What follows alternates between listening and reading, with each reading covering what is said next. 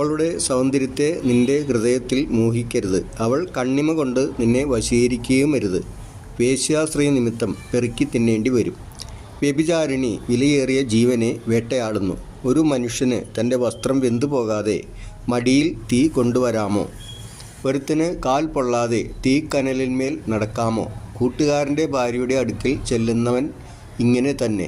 അവളെ തൊടുന്ന ഒരുത്തിനും ശിക്ഷ വരാതിരിക്കുകയില്ല.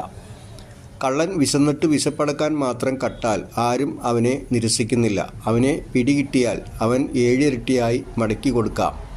തൻ്റെ വീട്ടിലെ വസ്തുവക ഒക്കെയും കൊടുക്കാം. സ്ത്രീയോട് വ്യഭിചാരം ചെയ്യുന്നവനോ ബുദ്ധിഹീനൻ. അങ്ങനെ ചെയ്യുന്നവൻ സ്വന്തം പ്രാണനെ നശിപ്പിക്കുന്നു. പ്രഹരവും അപമാനവും അവന് ലഭിക്കും. അവൻ്റെ നിന്ന മാഞ്ഞു പോകുകയുമില്ല.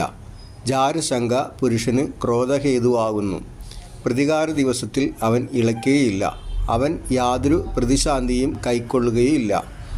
എത്ര സമ്മാനം കൊടുത്താലും അവൻ തൃപ്തിപ്പെടുകയുമില്ല.